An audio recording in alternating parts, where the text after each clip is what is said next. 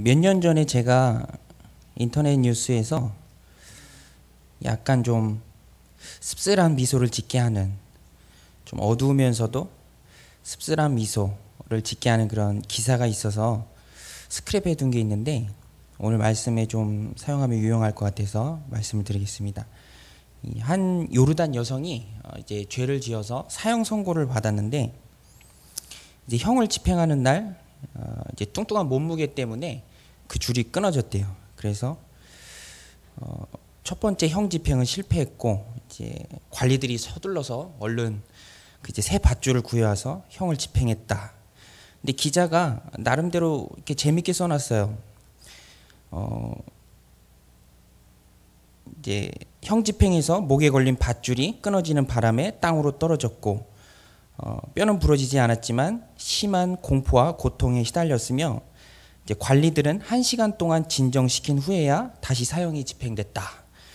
근데 이게 기자가 1시간 동안 진정시킨 뒤에 이렇게 읽을 때 상상을 하니까 좀 씁쓸한 미소가 이렇게 생겼습니다.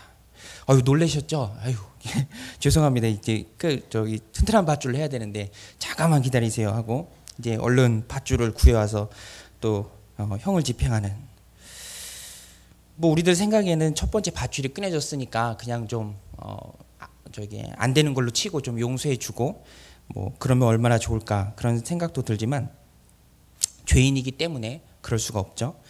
저는 이 기사를 보면서 로마서 6장 23절이 생각났습니다. 이 죄의 삭은 사망이요. 죄가 있으면 반드시 사망이 옵니다. 문제는 우리에게 죄가 문제인데, 이 죄의 문제를 해결하는 것, 그리고 우리가 깨끗한 상태에 이르는 것, 이제 그것을 의로워졌다라고 이야기를 합니다. 오늘은 그 의로움에 대해서 바울의 이야기가 담겨 있습니다. 오늘 본문은 바울이 베드로를 면책하는 그런 내용의 연장선상에서 생각을 해야 됩니다.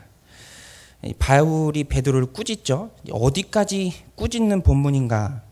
NIV 성경은 이제 꾸짖는 그런 인용부호죠. 인용부호를 11절부터 21절까지 찍고 있습니다. 그러니까 쭉 계속해서 베드로를 꾸짖는 건데, 근데 그 경책의 내용, 그리고 또 바울이 사용한 어조를 보면, 또 다른 번역본을 보면 14절 말미에서 그 인용부호를 끊고 있습니다. 그래서 베드로를 직접적으로 책망하는 것은 14절로 끝이고요. 15절부터 21절까지는 복음의 중요한 내용을 이제 바울이 요약해서 설명한 것입니다. 먼저 15절로 가서 보면, 우리는 본래 유대인이요 이방 죄인이 아니로되. 이것은 이방인과 유대인을 나누는 당시에 굳어진 표현입니다. 뭐 유대인들의 강한 그런 선민 의식에서 비롯된 구별 방법이에요. 바울도 유대인이고 베드로도 유대인입니다. 또 사실 초대교회를 이루었던 대부분의 성도들이 유대인입니다. 그리고 지금 갈라디아 지방 교회에서 교회를 혼란스럽게 하고 바울을 공격하는 사람들 또한 유대적 그리스도인들입니다. 그런데 이 단지 유대인이라는 신분이 그들에게 우월한 지위를 주는 것은 아닙니다. 태생이 유대인이라고 해서 구원도 보장된 건 아니에요. 정말로 바울이 말하고 싶어하는 것은 16절에 나오는데요. 사람이 의롭게 되는 것은 율법의 행위로 말미암음이 아니요 오직 예수 그리스도를 믿음으로 말미암은 줄 알므로 우리도 그리스도 예수를 믿나니 이는 우리가 율법의 행위로서가 아니고 그리스도를 믿음으로써 의롭다함을 얻으려 함이라. 율법의 행위로서는 의롭다함을 얻을 육체가 없느니라. 율법을 목숨처럼 소중히 여기며 그것들을 철저히 지키는 유대인. 그런데 바울은 그 율법을 지킨다고 해서 의로운 상태에 도달하는 것이 아니라고 말합니다. 이 본문에 사용된 의롭게 되다라는 말의 원어는 디카이오인데요. 이 말은 일종의 그런 법정 용어입니다. 의롭다고 선언하다라는 그런 의미를 가졌어요. 야, 너 죄 없어, 깨끗해. 또는 반대로 너는 죄인이야, 죄가 있어, 유죄야 라는 그런 말의 반대말입니다. 무죄이며 깨끗한 상태를 그렇게 일컫는 말입니다. 재판장으로부터 죄가 없다고, 의롭다고 인정을 받는 거죠. 이런 의로운 존재가 되는 것은 율법을 지킴으로선 불가능합니다. 왜 그런가? 사실 그 많은 수많은 율법 조항을 완전히 완벽하게 지킬 수 있는 사람은 단 한 명도 없습니다. 그렇다면 우리는 어떻게 의로운 상태에 도달할 수 있는가? 어떻게 의롭게 될 수 있는가? 이제 바울이 말하죠. 그리스도를 믿는 그 믿음으로 의롭게 된다. By faith in Christ. 하지만 교회 안에 그런 유대주의자들은 이런 바울의 말을 그대로 수용하지 않을 것이고 어떻게 해서든지 바울의 말에 반격할 것입니다. 뭐 그들의 예상되는 반론은 아마 이런 것일 수 있어요. 야, 예수님을 믿어서 의롭다고 진다고 하는데 그러면 그 후에는 율법을 하나도 안 지켜도 되냐? 율법은 뭐냐?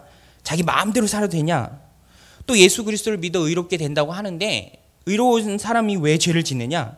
그리스도를 믿고 난 후에도 계속해서 짓는 죄는 뭐냐?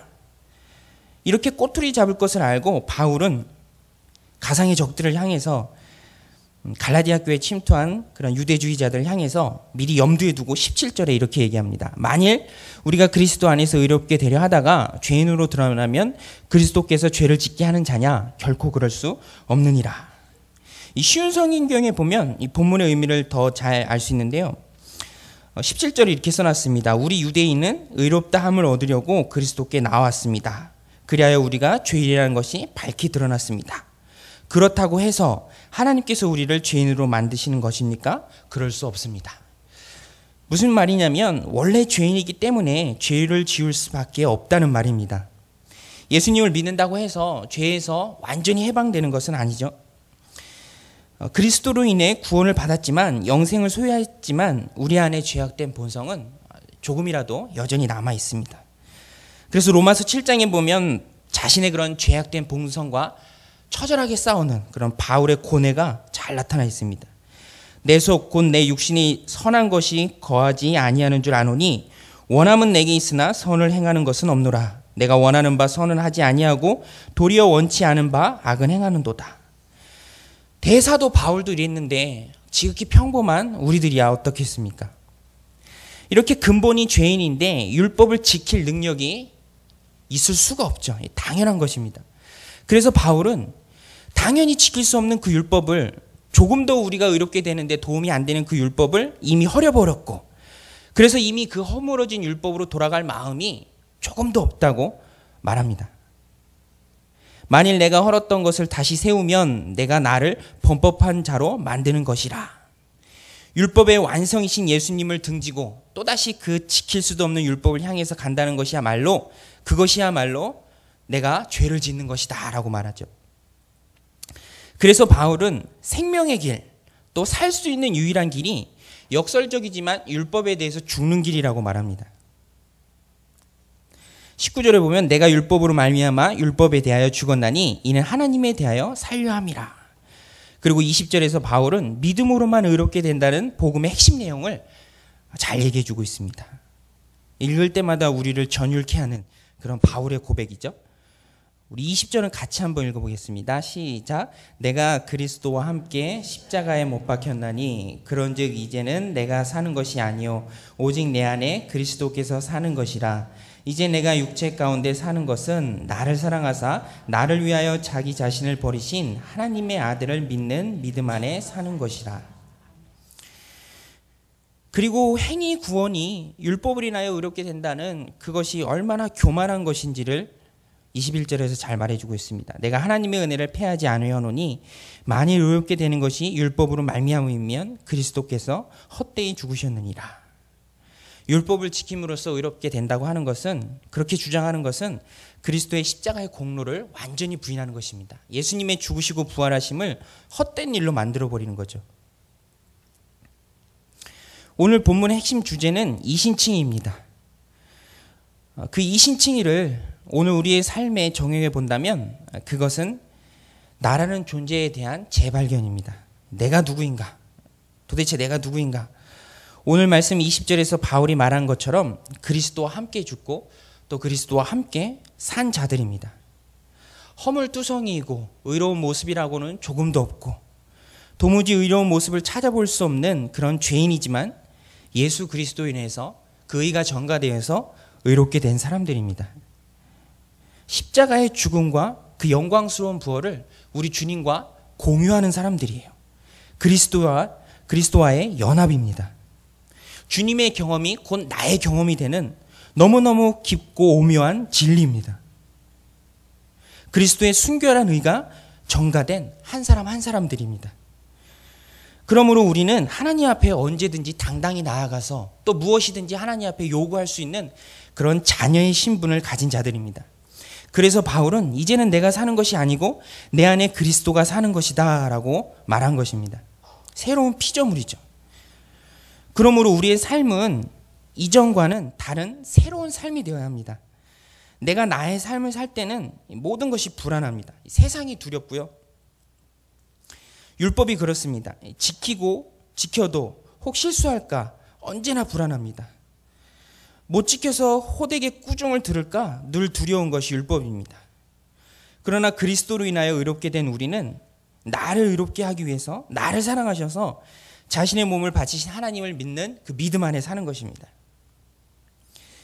그렇다면 믿음으로 사는 것, 나를 위해 목숨까지 아끼지 않으시고 바치신 하나님의 아들을 믿는 그 믿음 안에 사는 것은 무엇인가? 이 전병훈 목사님의 표현을 빌려서 설명하자면 야성을 회복하는 삶입니다. 야성을 회복하는 삶. 그리스도인의 야성을 회복하는 삶. 우리는 그리스도의 의가 전가된 작은 예수입니다. 동물적으로 좀 표현을 하자면 사자의 새끼들이에요. 사자 새끼들. 야성이라는 것은 두려울 것이 조금도 없는 상태이죠. 사자는 조금도 두려워하는 게 없습니다. 동물원에서 잠만 자다가 먹이 받아먹는 그런 사자 말고 정말로 야생에서 사는 그런 사자들. 세상에 두려울 것이 없이 당당하게 그리스도와 연합하여서 믿음으로 사는 삶.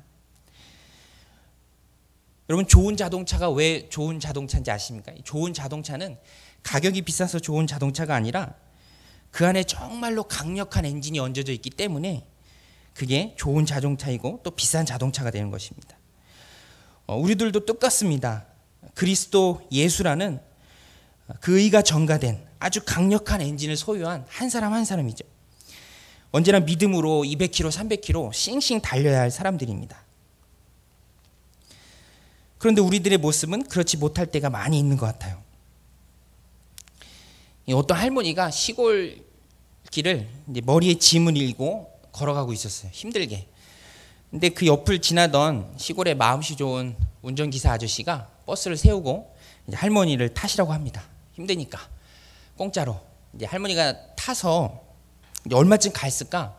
이제 운전수가 이렇게 보니까 할머니가 이상한 행동을 하고 있는 거예요. 짐하고 함께 타긴 했는데 여전히 그 머리에 짐을 이고 있는 겁니다. 힘들게.